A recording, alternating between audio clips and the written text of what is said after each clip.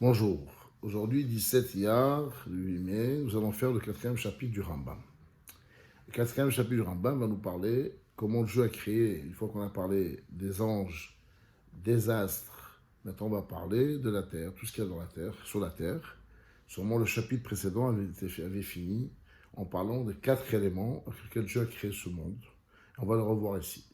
Arba Goufim, ces quatre éléments, à Elohim, ce sont le feu, l'air, Maïm, l'eau et la terre, et Mesodot Kolanivraim, le Matamilachia, c'est avec lequel on a fondé toutes les créatures qu'il y a sur terre, tout ce qui est sous le ciel. Chol Shime Adam, que ce soit l'homme, ou Bema, animal, ou Volay, Remes, reptiles, les dacs, poissons et tsemah, végétaux, Metechet, tout ce qui est minéraux, Avanim Tovot, des belles pierres, des diamants, margaliotes, des pierres précieuses, ou char avne binyan, ou bien tout élément qui se pousse, qui est dans la terre, Veharim et les montagnes, les goucha afar et tout la terre, et tout le sable, Akol, tout, Gomno mehobar, merba et sedot elou, vient de ces quatre éléments. Nimsaou kolagofim shel mata milhakia, donc je trouve que tout ce qui est les éléments qu'il y a au-dessous de la terre, Hous merba et sedot elou, à part les quatre éléments eux-mêmes, Mehubarim, Megolem et Tsura. Donc ils ont une matière et une forme. Golem chez la mer, pardon, Mehubar Merba Sotel. Et leur corps, leur matière, comment fait, est faite par ces quatre éléments. Aval Kol Echad Merba Sotel, Mehubar Legom Tsura Bilvad. Par contre, comme on a dit, les quatre éléments eux-mêmes sont à part. Derech ha'esh ve'ruach, liot ve'alcham metabur ha'aretz, malak shefer hakia. Le feu et l'air, il va de soi, ils ont tendance à partir du centre de la Terre vers le haut, ils aspirent vers le haut, comme on a dit, le feu a tout tendance à monter vers le haut. Et l'eau et la terre elle-même, eux, au contraire, ils tirent vers le bas, vous vous mettez de l'eau, elle coule vers le bas, et la terre, par son poids, elle va toujours vers le plus bas, vers le centre de la terre. Ou un mata, chez le matameno, il n'y a pas plus bas que ça. Donc ça va vers l'endroit le plus bas. Ils ne vont pas parce qu'ils ont le choix. Ce n'est pas eux qui ont choisi le feu et l'air de monter vers le haut et la terre et l'eau d'aller vers le bas. C'est Dieu, c'est comme on a dit, c'est un instinct que Dieu a mis en eux, c'est une nature. On va appeler ça une nature, mais en réalité, c'est la nature que Dieu a créée. Et la minhag, voilà, c'est leur nature. Teva esh hamiresh. Le feu est sec et chaud. Le calme koulam, c'est le plus léger d'entre eux. L'air, par contre, lui, il est chaud et il est humide. L'eau, par contre, est humide, bien sûr, elle est froide, contrairement à l'air et au feu. Ve'ars, la terre aussi, elle est yébécha, elle est sec, c'est vrai, mais kara, elle est froide. C'est la plus lourde d'entre eux. L'eau est plus légère que la terre. C'est pour ça que quand on mélange la terre et l'eau, l'eau refait surface. Le roi l'air est au-dessus de l'eau, plus léger que l'eau. C'est pour ça que marqué aux créations du monde, l'air plané sur l'eau. Et le feu qui est au-dessus même de l'air. Puisqu'ils sont les fondements de toutes les créatures qu'il y a sur terre, donc comme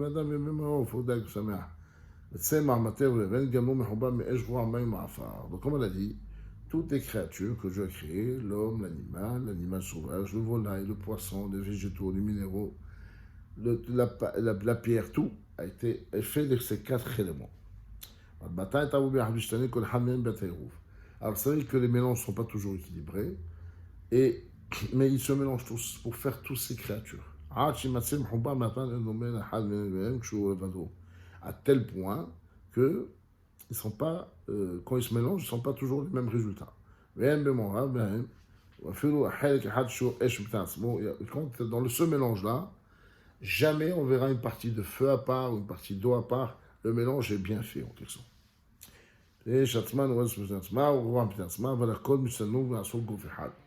Tout va changer. La nature du feu, de l'air, tout ça va se mélanger au point qu'il devient un seul corps. C'est Bokor, Hom, Lahab, Yabesh, Yahad. Et dans chaque élément, chaque création que j'ai créée, dans chaque chose qu'on a créée, eh ben, il y aura ces quatre éléments, il y aura aussi ces quatre sensations, puisqu'il y aura et de l'air et de l'eau. Donc, qui dit de l'eau, la fraîcheur, de l'air, c'est du chaud, le feu, c'est du chaud, la terre, c'est froid, et ainsi de suite. Donc, on a ces quatre sensations dans chaque chose. Par contre, il y a des créatures que Dieu a créées, où il y a plus de présence, on ressent plus le feu que d'autres, et il y a d'autres où on a plus d'humidité que d'autres. C'est pour ça que c'est là où il y a plus de feu, ça sera plus chaud. Il y a ceux qui ont plus de terre, automatiquement, c'est pour ça que quand on prenait même une pierre dans la main, elle est froide. Et on voit que c'est encore plus dur. Alors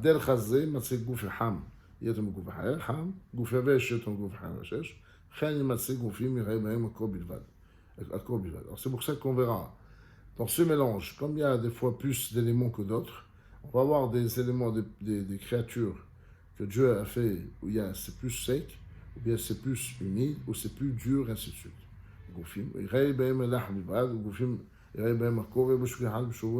Alors des fois on va voir que c'est très très humide, ou des fois on va voir que c'est vraiment mélangé. Ou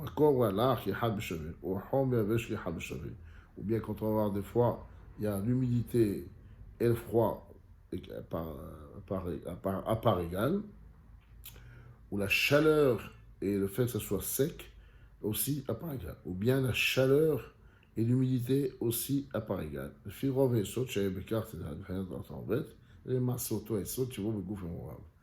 Selon comment Dieu a créé cette créature, où il y a plus de présence, des fois de chaleur, plus de présence d'humidité, ainsi de suite. On va voir un exemple concrètement, ça veut dire quoi? Ça veut dire, alors sachant que cette combinaison de quatre éléments, elle a toujours une fin. À un moment ou à un autre, elle va se décomposer. Des fois, ça dure quelques temps. Un aliment, par exemple un fruit ou un légume, ça ne dure pas longtemps. Au bout de quelques semaines, ou plus tard maximum, il va se décomposer, on va voir, les choses le liquide va partir. La terre va se détériorer, des fois elle peut devenir même des vers, c'est encore plus compliqué. Donc chaque chose va prendre se décomposer et même des fois s'annuler, où il va rester des miettes ou des déchets. Il y a celui qu'il faut des années. Dans tout cas, toute combinaison, sachez qu'un jour ou l'autre, elle va se décomposer. Il dit même les métaux les plus durs, en l'occurrence l'or ou le rubis, ces deux éléments qui sont très durs, et bien avec le temps aussi se décomposent.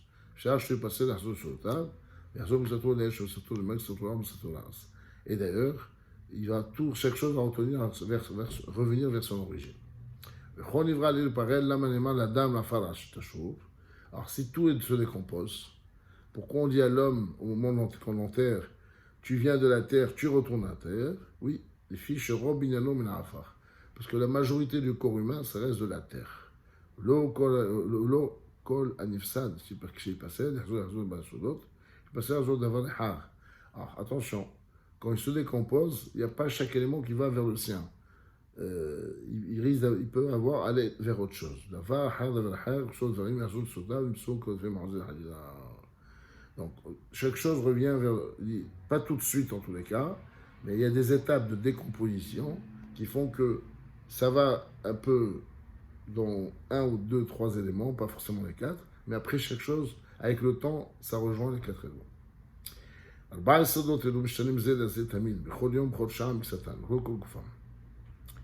Ces quatre éléments-là, ils changent.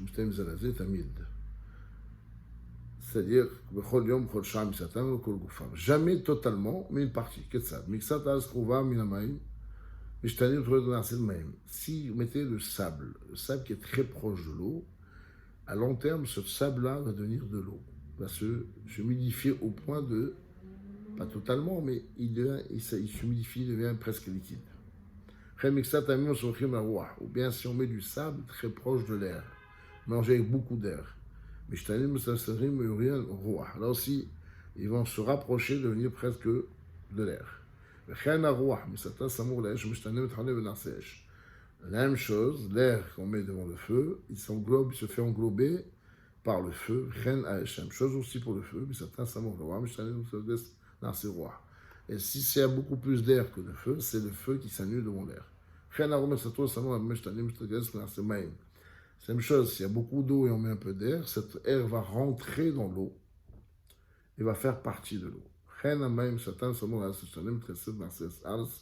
même chose, si on met de l'eau dans la terre, s'il y a pas beaucoup, il y a beaucoup plus de terre que d'eau, l'eau va se faire avaler par la terre.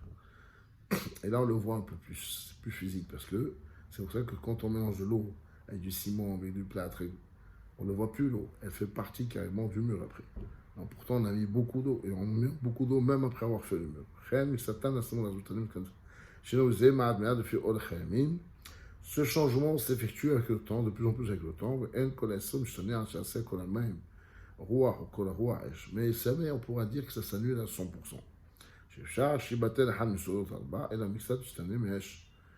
Les rois, Misat, roi,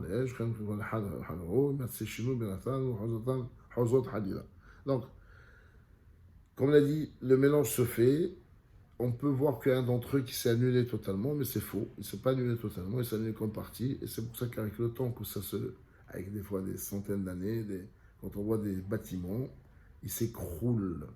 Ça tenait bien pourtant, non. Il y a l'eau qui repart vers sa source. Chaque chose repart vers sa source. Et là, on voit un bloc tomber. Pourquoi? C'est que la terre toute seule. Le feu qu'il y avait, l'air qu'il y avait, tout est parti avec le temps. Chaque chose a rejoint son élément de base. Alors, pourquoi ces changements-là sont dus à la révolution de la sphère? Rappelez-vous qu'on a parlé d'un galgal qui tournait sans arrêt, c'est la tour de Habour Batan. Et grâce à le fait de tourner sans arrêt comme ça, c'est ce qu'on appelle la révolution, il pouvait se mélanger ces quatre éléments. Donc on pouvait arriver à l'homme, le corps, l'animal, et ainsi de suite.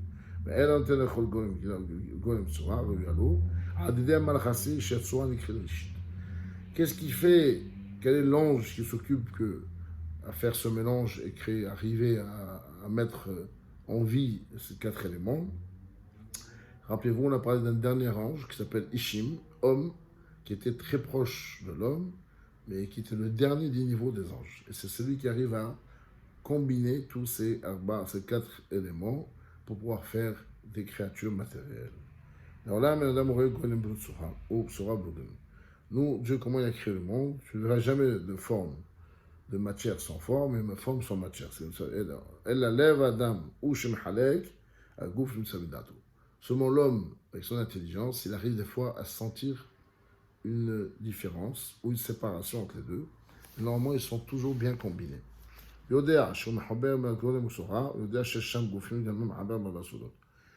sait aussi que quand il voit un corps humain, un corps animal ou quoi que ce soit, qu'il y a les quatre éléments dedans. On ne le voit pas à vue d'œil, mais on sait. Et les corps qui ont été, qui ont une matière simple, ils ne sont pas mélangés d'une seule autre chose. En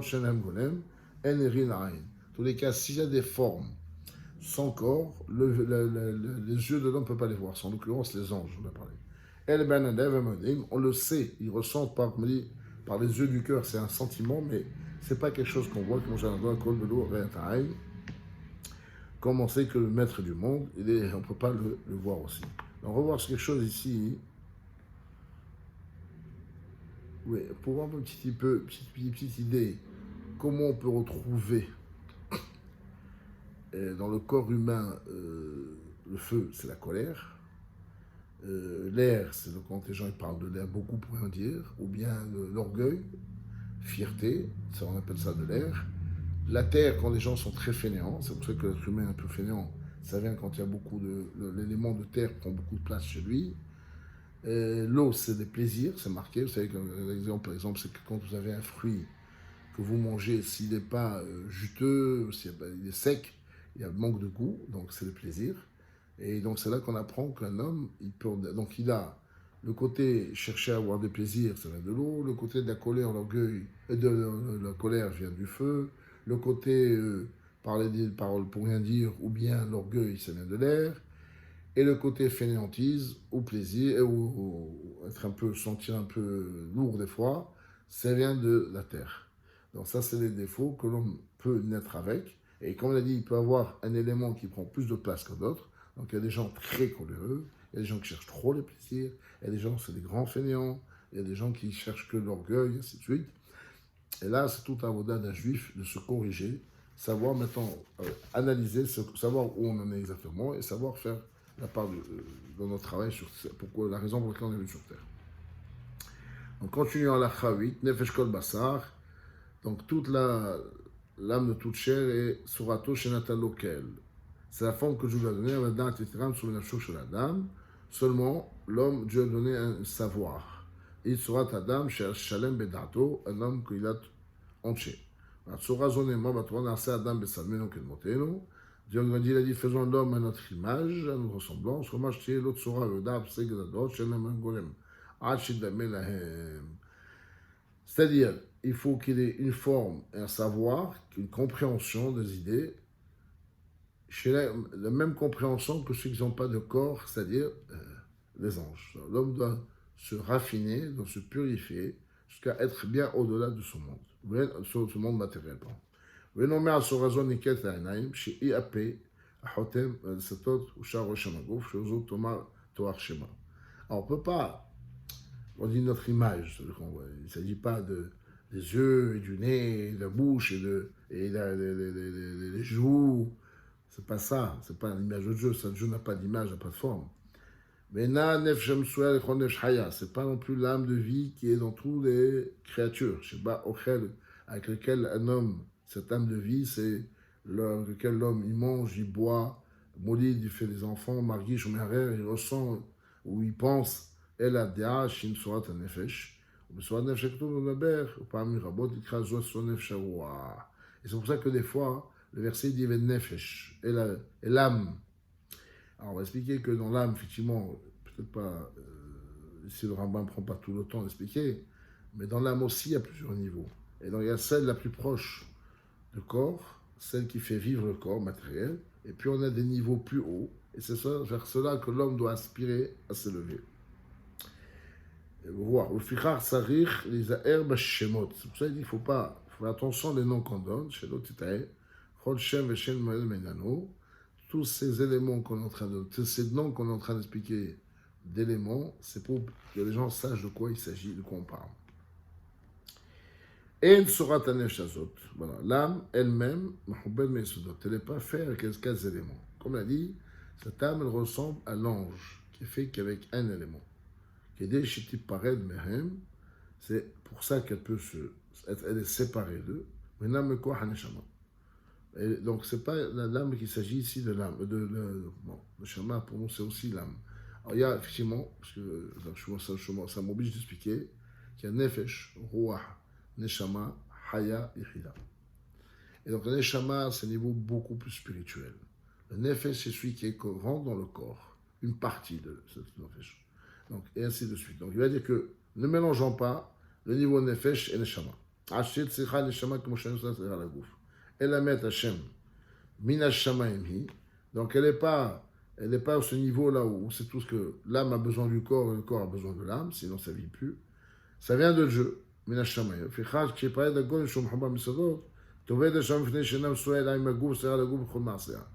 C'est la raison pour laquelle, au début, quand une personne décède, le corps est entier, parce qu'il semble être entier en tout cas, et il n'y a plus de vie. En réalité, on ne peut pas dire que l'âme est totalement partie. Parce que sinon, il n'y aurait plus de corps du tout. Parce que rien ne peut exister sans la présence divine. Donc, il y a une partie de l'âme. Et c'est la partie la plus basse, le nefesh. Et même le nefesh est une très petite partie. Quand on enterre le corps, donc c'est déjà encore une autre étape. Quand il s'agit de la semaine, c'est une autre étape. Et quand il s'agit du mois, c'est pour ça qu'on fait tout que avant la fin du mois, on met la pierre, t'emballes, parce que, effectivement, là, on dit que la pierre tombale, c'est le siège sur lequel va résider une partie de l'âme, mais la grosse partie de l'âme, elle est totalement partie. Au bout d'un an, normalement, le corps il est décomposé totalement. Il va rester toujours des os, ou après, avec le temps, plus qu'un seul os, l'os qui est juste derrière, en bas du crâne, qui est derrière le cou. Cet os-là ne se détruit jamais, cet os ne disparaît jamais. C'est avec cet os qu'il va avoir la Tchiyat Habitim, la résurrection des morts. Et donc, savoir que cette décomposition fait que l'âme, les étapes de l'âme partent au fur et à mesure. Et donc, chez d'autres carrés, Tatsura Azot, tu vas dans le Shama, puis les Shenam, soit Elam Gouf. Donc, la Shama, elle s'en va, parce qu'elle ne peut plus rester dans ce corps. Et elle ne peut pas rester sans le corps, pour le Marseillais. En tout cas, sur Azot, il fait Shenat, Sikhan, Shama, Marseillais. Et oui, automatiquement, la forme, on va dire, ce corps n'a plus besoin d'âme, parce qu'il ne pratique plus. Et la date, au Marseillais, la dot, le date, Boré, à Kol. Seulement, cette âme-là, il faut comprendre qu'elle sait tout ça. Et elle n'a pas besoin donc d'accent forcément. Mais c'est bien faire la différence entre ce qu'il y a dans le corps, ce qui est en dehors du corps. Elle connaît aussi le Créateur, et donc elle sait, elle par contre elle est éternelle, elle est toujours là. Pour ça il a dit le verset là-bas, on a dit, quand on vient enterrer quelqu'un, on dit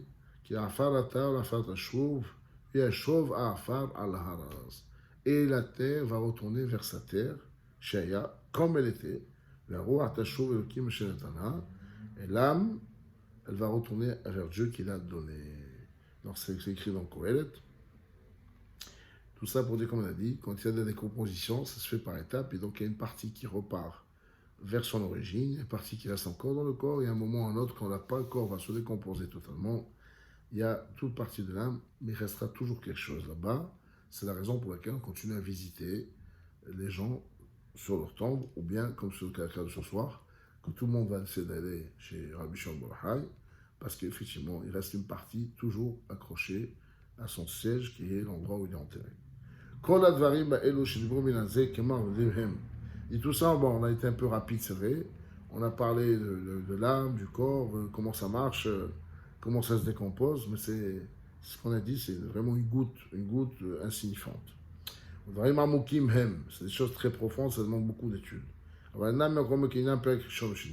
Mais c'est pas aussi profond que les chapitres qu'on a dit avant, le deuxième et troisième chapitre qui nous parlait des arbres, des anges, et ainsi de suite. Donc, ce qu'on a parlé hier, ce qu'on a parlé aujourd'hui, c'est ce qu'on appelle Maaseh Bereshit. Alors que le premier et le deuxième chapitre s'appelait Maaseh Merkava. C'était ce qu'on appelle le char céleste, alors que ces deux chapitres hier aujourd'hui, c'est juste la création du monde. Car ce genre de sujet ne peut pas s'évoquer en grand public. Il faut s'asseoir et les étudier. Donc on essaie de prendre chacun individuellement.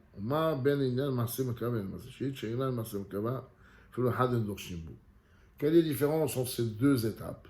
Les deux premiers chapitres et deux chapitres qu'on a fait, la troisième, quatrième. Il dit c'est que les deux premiers, on n'a même pas besoin d'expliquer, on lui donne juste des points et le hacham doit comprendre de lui-même. Et s'il ne comprend pas, c'est qu'il n'est pas encore au niveau. Par contre, là, on a le droit d'expliquer. C'est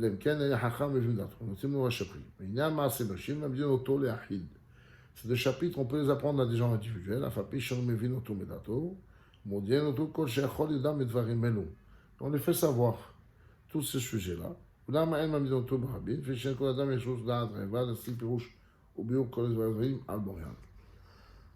Pourquoi on ne peut pas enseigner à tout le monde? Il faut que les gens soient un peu préparés, parce qu'on a peur que quand les gens n'écoutent pas les choses bien expliquées, ou ce n'est pas à leur niveau, ils risquent de paniquer, ou de confondre et faire dire n'importe quoi. Et les mauvaises interprétations restent toujours quand même un danger très très grave. On a eu ça déjà à l'époque de la Mishnah. Vous imaginez vous voyez des fois des gens parler, et vous entendez, vous avez dit ça, monsieur. Oui, le Rav a fait un cours, j'ai compris, non, vous avez mal compris. C'est pas du tout ce que vous voulez dire, et là on rentre dans des compréhensions. C'est pour ça qu'il faut être préparé quand on veut écouter un cours, et quand on a un doute ou quelque chose pas clair, il faut reposer des questions. בזמן שאדם מתבונן בדברים אלו, מכיר כל הברואים במלאך וגלגל לאדם כסבו, יראה חוכמתו של ברוך הוא בכל אצלנו ובכל הבריאים. Donc tout le but d'avoir expliqué tout ça, c'est pas quelque chose qu'on a besoin pour la vie de tous les jours, mais c'était juste pour dire à l'homme, voilà la grandeur de Dieu. Comment Dieu maîtrise le monde jusqu'au moindre détail. Il n'y a rien qui a été créé par lui, et tout a été créé que par lui, et rien n'a été fait autrement. Pardon. Et donc, quand je vois là, en quelques chapitres, quelques lignes, comment c'est vaste, comment c'est grand, comment c'est important, ça doit nous pousser à avoir la crainte de Dieu, mais aussi avoir la makom et avoir le plus d'amour vers lui. Donc il va se trouver son âme, il va avoir une soif de son âme et une passion dans son corps, dans sa chair, comme quelqu'un de passionné. Un exemple très matériel toujours, j'en ai bien donné. C'est des gens qui font de la recherche. Les gens qui travaillent dans la recherche, ils sont tellement passionnés par ce qu'ils font jamais 8-10 heures par jour. C'est des gens qui se dépassent de loin ce nombre d'horaires. Pourquoi? Parce que la passion les fait oublier tout le reste. Toute personne qui est passionnée, c'est comme on va dire encore plus matériel, un footballeur, il peut rester des heures tout seul en train de s'entraîner, ou un boxeur, il se réveille à 5h, 6h du matin en train de courir des heures entières parce qu'il est passionné, parce qu'il veut gagner beaucoup d'argent, ou bien des gens qui cherchent à gagner beaucoup d'argent. La même chose, la passion des argent le fait oublier des fois qu'il faut manger, il dort moins, il s'amuse moins, il sort moins, ainsi de suite. Donc un homme qui est passionné par la compréhension de Dieu va avoir obligatoirement plus de crainte, il va craindre, il va trembler, par sa petitesse, par sa pauvreté, par ses faiblesses. Il sait très bien qu'il est loin de tout ça. Surtout quand il va se mesurer à toutes ces grandes choses saintes que Dieu a créées dans le monde. Surtout s'il se compare à toutes ces créatures que Dieu a fait, en l'occurrence rien que les astres, ou encore plus les anges qui sont faits sans matière.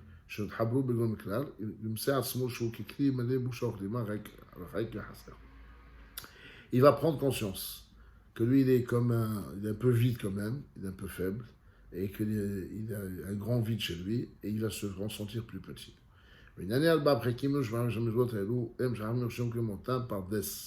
Ces 4 chapitres, on les appelle ce qu'on appelle le Pardes, le jardin de la Torah, qui veut dire c'est les initiales de Pshat, Remez, Drush, Sod. Dans la Torah, il y a 4 étapes de compréhension. Il y a le sens simple, il y a le Remez, l'allusion, Drush, la Dracha, les paraboles, et Sod, c'est le secret. Et on a 4 maîtres qui ont été dans ce Pardes. Et même qu'ils étaient des géants, l'Okulam, Aya Ben Kol et Dal Asigonim Al-Boyan, il n'y a pas les 4 qui ont réussi à tout comprendre. Malheureusement, il y a eu beaucoup de dégâts, il n'y a qu'un seul qui est resté comme il fallait.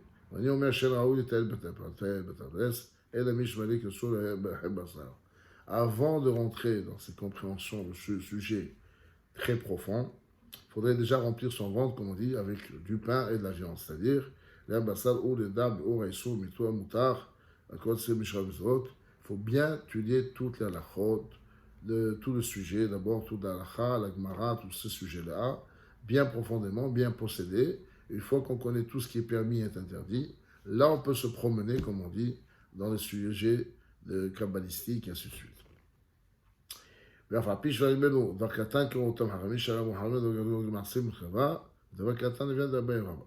Hachamim ont dit, le Pardes, c'est quelque chose de grand.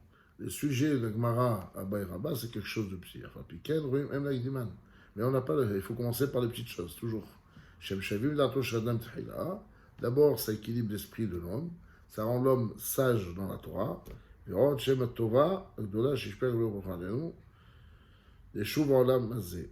ces lois, pour quel but elles ont été faites? Pour faire tenir le monde. Toutes les lois de société, toutes les lois de couple, toutes les lois de la vie de tous les jours, comment on doit se comporter, comment on doit prier, comment on doit faire, tout ça pour apprendre à se raffiner, à devenir un être humain, être sage, ne pas être de mauvaise foi, ainsi de suite. Une fois qu'on a travaillé sur tout ça, là on peut rentrer dans les profondeurs. כדי לנחול אחר הרבה, אפשר שאדם בכל גדול וקטן, איש ואישה, בעל לב רחב ובעל לב קצר.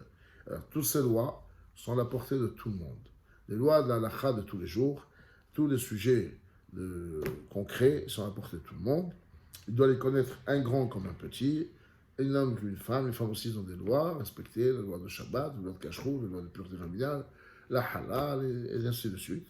Et là, que ce soit un homme intelligent ou pas, il est capable de connaître tout ça. Après, rentrer dans les profondeurs de ce sujet-là, c'est pas à la portée de tout le monde. C'est là, il faut être un peu plus qualifié. C'est pour ça que, d'abord, on commence par le commencement. Ouais, en bataille. Je vous souhaite une grande fête pour la grand-mère. Vous savez l'importance de ce jour, c'est quand Rabbi Shimon Bar Yochai a quitté ce monde. D'abord, c'était le jour où l'épidémie s'est arrêtée. Il y a eu 24 000 morts, des élèves de Rabbi Akiva qui sont décédés en 30 quelques jours, 32 jours. Et donc, ça a été une faillite, une grosse faillite du peuple juif, puisqu'on parle des élèves qui étaient de cette grandeur-là. Malheureusement, ils ont trébuché, ils ont un petit comportement, on va dire un petit peu d'obstination les uns envers les autres, un petit peu d'orgueil, a fait un dérapage très important, et on a été punis qu'ils sont morts, tout cela. Et donc, c'est pour ça qu'on pendant un mois, on n'avait pas le droit de fêter quoi que ce soit, ni mariage, ni rien. Et maintenant, d'après la majorité des avis, l'épidémie s'est arrêtée demain, donc le jour de la grand-mère, et en même temps, c'est le jour où Rabbi Shimon Bar Yochai, quelques années plus tard, va décéder. Et il a fixé que ce soit un jour de joie, parce que ce jour-là, avant de quitter ce monde, il a dévoilé tous les secrets de la Torah, plus que tout ce qu'il a dévoilé toute sa vie. Et autour de sa maison, il y avait que les 11 amis qui sont entrés, il y avait lui et ses 10 amis, Havreya Kadisha, des gens spéciaux, qui connaissait tous les secrets de la Torah, et il leur a dévoilé ce qu'il n'a pas dévoilé toute sa vie. Donc c'était comme un matin Torah. Et du coup, autour de sa maison, c'était comme au moment où Dieu a donné la Torah autour du mont Sinaï, Dieu a allumé du feu autour du mont Sinaï, comme ça les gens ne s'approchent pas du mont Sinaï par la sainteté des dieux. Et la même chose, autour de la maison de Rabbi Shimon Bar Yochai, il y avait un grand feu. Et c'est là qu'il y a la coutume d'allumer le feu le jour de Rabbi Shimon Bar Yochai. Mais faites attention de ne pas mettre le feu non plus. Il n'y a pas, si on est dans une maison, il n'y a pas moyen. Mais on allume quand même surtout, plutôt une grosse bougie, une bougie, tout court, si vous voulez, pour faire la misva. Et c'est pas pour l'élévation de son âme, je ne pense pas qu'il ait besoin de nous. C'est au contraire pour qu'il prie pour nous, qu'il prie pour tout l'âme Israël et surtout nous amener la Géoula Shema. Amen. Merci, à demain.